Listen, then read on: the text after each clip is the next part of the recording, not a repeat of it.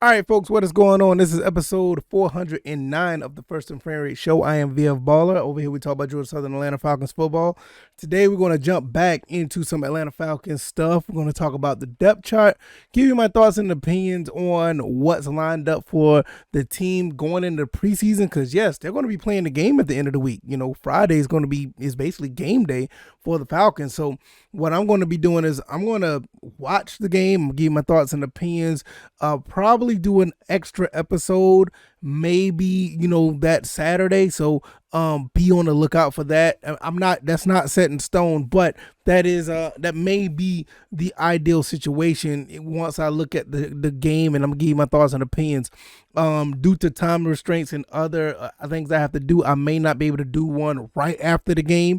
And on top of that, I want to give a real assessment of what I see. So I don't want to give out a situation where I'm giving you initial thoughts as soon as the game is over. I want to really evaluate the talent we have. So, but with that being said, we're going to evaluate this depth chart that we have and see what's going to be lined up for the game. Maybe things will change between now and then because now it's Wednesday, then Friday is going to be coming up, so it's going to be a little bit different. If this is your first time here, welcome to the First and Frame Rate Show. Once again, I am VF Baller. We talk about Georgia Southern Atlanta Falcons football. I could be found on YouTube and Rumble. Also, I am on Anchor, Stitcher, Spotify, Apple, and Google Podcasts. So if you want to listen to the audio side, the avenue is there, as well as the visual side. So hopefully you guys will continue to support, and if it's your first time here, I hope you jump on the bandwagon and support. All right, let's go ahead and get into this. The Falcons are in a big transition. We already know what's going on with the Falcons. New coach, pretty much you can still say new. Second year as coach, did some pretty good things with the roster that he had. Won 7 games.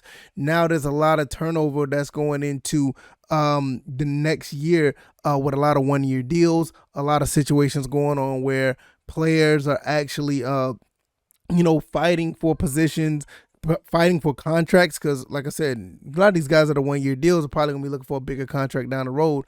Looking at the cap space that we may have next year after the dead cap space is gone, we're going to be really looking at signing some guys. And it's going to be really, really interesting to see who does what throughout the season, let alone what we're going to win, what games we're going to win, what games we're going to lose. So it all starts at preseason. You really see what's on the field, and you get an assessment of who may make the team, who will not. Some guys may stand out, some may not. So what we're going to do here, we're going to look at the first depth chart that has been released by the Falcons. It's on AtlantaFalcons.com. I will have the link down in the description so you can check that out. And let's go ahead and assess what we see here.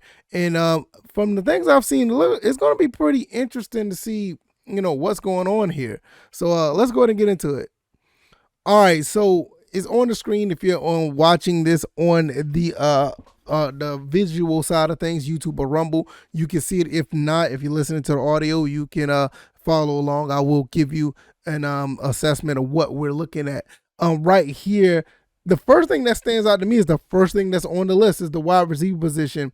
Outside, it looks like it's going to be Kadero Hodge. It's going to be the starter in the preseason, which is really interesting because I've heard some rumblings about Kadero Hodge. He's been doing pretty well doing the training camps or whatever, but when you usually see things like this, it's basically going to be what we got in this guy. We're going to let him go with the first reps of the preseason. We're going to let him get out there and see what he has. So with him, and on the other side, we have Zacchaeus. So that's pretty much, pretty standard for the starters. You don't see too many people starting, like your star players starting. You want to see the first team out there.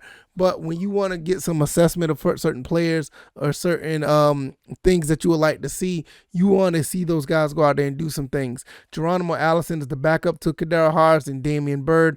Auden Tate and Drake London are the reserves. So with that being said, Drake London is probably not going to get that much playing time in this game if he's that far back on the reserves, which is understandable. I mean, he's the number 8 overall pick. You kind of know what you got with him already. There's already been some people saying they had a case of the drops throughout training camp, which I don't know how how official word that is, or how much weight that carries. But nevertheless, he's probably not going to be playing that much if he's that far back on the reserves. Now, once again, this stuff can change.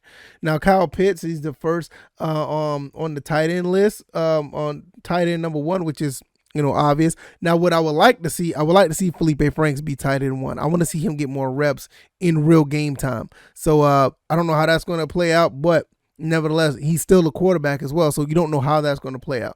Anthony Fursker is also number 2. Then on the offensive line, you got Jake Matthews, Elijah Wilkinson, Hennessy or Drew Dahlman is going to be the center, which is pretty much going to be a battle right there. Jalen Mayfield at left guard look like he's have a back issue, so watch Justin Schaefer. Watch him. He could get some playing time and may make some moves.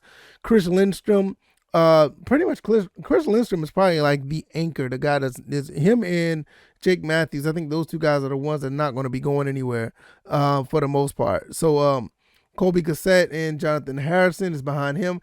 Caleb McGarry is there's a lot of question marks around Caleb McGarry right now. So Affetti and Vrabel is on his heels, in my opinion. I don't know for certain, but he's on his heels. They're on his heels. Now the other tight end on the other side, you got Parker Hess.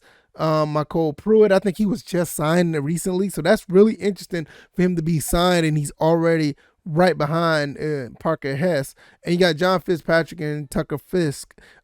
Fitzpatrick is another one you may want to watch. I don't expect him to do too much out there when it comes to actually running on offense. I'll see him doing a lot of other things outside of that. Now, on the other side of the wide receiver position, you have Olamide Zaccheaus, Brian Edwards, which is really interesting that he's right behind Zaccheaus because he's already established for the most part. I would think that he'd be back there in the reserves more than likely, but nevertheless, Frank Darby is right behind him. You got Basin, Berryhill, and Bernhardt. I would like to see Bernhardt more on special teams. This kid is fast. I know he can catch a little bit, but I would like to see him do some kick returns. This kid has some serious speed. Berryhill and Basin, I would like to see them do some things a little bit more down the road. It's kind of interesting for them to be that far back on the depth chart this early in preseason. This is one of the situations where you want to see those guys do something right away. Just to see what they have. Running backs, Cordell Patterson is a quarterback. He's running backs. Cordell Patterson is RB1. Behind Damian Williams and Keith Smith, you got Quadri Allison, Caleb Hunt, Avery Williams, John Ray, and Tyler Algiers all the way back here. That is... I want to say that's a little troubling, but I'm not really sure. Like I said, this is the first depth chart of 2020. So we don't know what we really have here. I would like to see him up a little bit more, but with Cordell Patterson and Dame Williams 1 and 2, it's not a bad problem to have. I just got finished talking about Kareem Hunt, which I think Kareem Hunt, if he was to be signed here, I think it would be, easily he'd be running back number 1 in my opinion. He'd be RB1, but these things with these trades going on right now, we don't know. The Browns say they're not looking, which I think that's a lie. They're just saying that because they don't want it to cause turmoil. If the right price comes up, Kareem Hunt will be gone. Same thing with Roquan Smith. They did him kind of weird with the whole situation with this contract negotiations. I would like to see him as a Falcon, but I don't see it. I thought about it at one point, but the way things are going money-wise, it's just not going to work. So I don't expect that as well. But let's get back on track here. We still have a pretty good situation at running back. Keith Smith, I don't see him being running back material. I see him being a fullback. So you basically have Patterson, Williams, and Allison right now. Avery Williams is probably going to be on special teams. I would like to see him and Bernhardt together on special teams, but that's what we're looking like right now. Tyler Algier, got to see how that goes. Maybe the second or third week of preseason, we'll see how that changes. But like I said, this is very early. This is not set in stone. A lot of this stuff will change by the time the season starts. Once again, Tyler Algier could be in a situation like with Drake London. Put him on the back burner. Don't use him as much and have him ready by week 1. Marcus Mariota is QB1, Desmond Ridder, and Felipe Franks. I would like to see this switched. I know Marcus Mariota is probably going to take the first couple of snaps, probably the first quarter, but I would like to see a lot more of Desmond Ridder. I would like to see a lot of him throughout the preseason. I want to see what he can do. I want to see what he's capable of. Felipe Franks, gadget player at quarterback. I don't see him doing too much, but I really want to see what Desmond Ridder does. Defensively, let's jump over here. Grady Jarrett and Anthony Rush, Taquan Graham, the 3 down linemen. I don't have a problem here. I want to see what Marlon Davidson can do. I really want to see him because he's been up and down, but he seems like he's determined to do something. So I want to see Marlon Davidson. Abdullah Anderson was just signed. Darian Daniels is another one that was just signed. So it'd be interesting to see if they get any playing time. But Taquan Graham, Marlon Davidson, these 2 guys, mostly Marlon Davidson, are the 2 guys that I want to see a lot of. I want to see a lot of these guys on the field throughout the preseason. Ogundeji on the outside, I have no problem with that. Him and Arnold Ebiketie are the ones that's pretty much that's a position battle right here. This is a position battle, and this is a good one to have.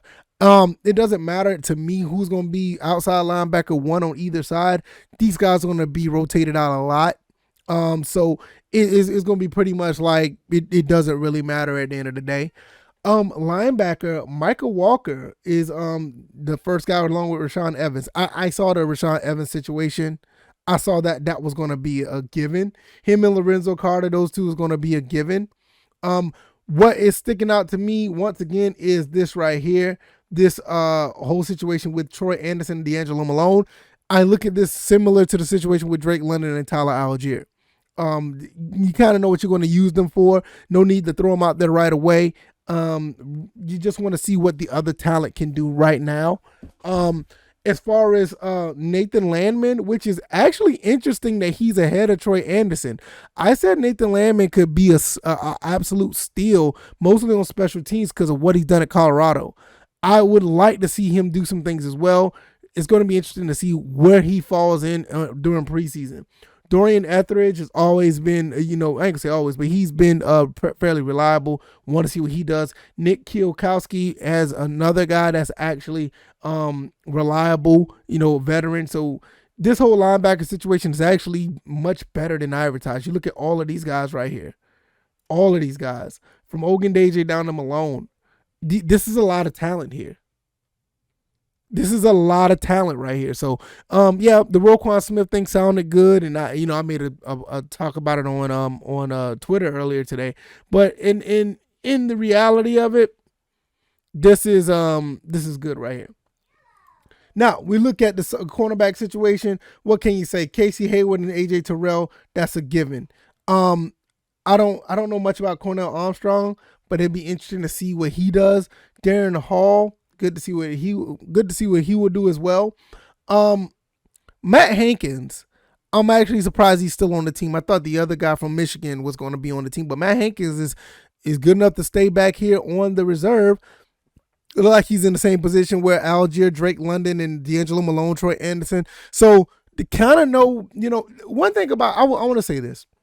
One thing about Arthur Smith, he likes to bring rookies in and build them up. That's one of the big things that he's talking about first year with Kyle Pitts and company. So we're going to see what these guys are going to be able to do. It's going to be really interesting. The safeties, Richie Grant is taking the lead over Eric Harris, which is something that we actually thought that was going to happen. I thought Richie Grant was going to take that leap in year 2. I thought it was going to happen pretty much, I just thought it was going to be a foregone conclusion. I thought it was going to happen.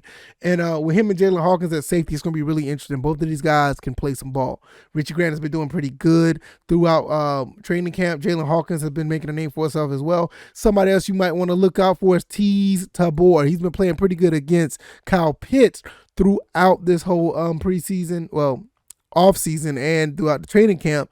So that's another name you want to look out for. I'm not too worried about Isaiah Oliver right here for the most part. He's pretty much established. And so for him to see what he can do out there is not too much of a big deal. So these guys are going to get playing time sometime down the road throughout the preseason, probably later on in the game. So it's going to be really interesting to see where these guys look at on the depth chart. Now, once again, like I said, this depth chart is pretty much, it's fluid. It's going to move around a lot. There's nothing here that's set in stone. So what you see here is The guys are going to be playing probably the first couple of reps, probably half a quarter, the whole quarter. And then you're going to see a lot of these guys who are in the back are probably going to be moving up to the front to get some more playing time. So I wouldn't be surprised if you see TZ Tabo or Isaiah Oliver out there later. A situation where Nathan Landman gets some playing time. So special teams, this is basically what you have here. Young Wei Koo, obviously Bradley Pinion. Seth Vernon is the backup punter. Long snapper, McCullough. The holder, Pinion again, and the kickoff and punt return is Avery Williams. Just like I said, Avery Williams has been doing pretty good there, but I would like to see Bernhardt back there as well. I think I said that earlier. I would like to see Avery Williams and Bernhardt back there do some things. So at the end of the day, this is what we got. This is not a bad look at all by any means. I think this looks really good. Nice setup for the offense and defense as far as the preseason depth chart.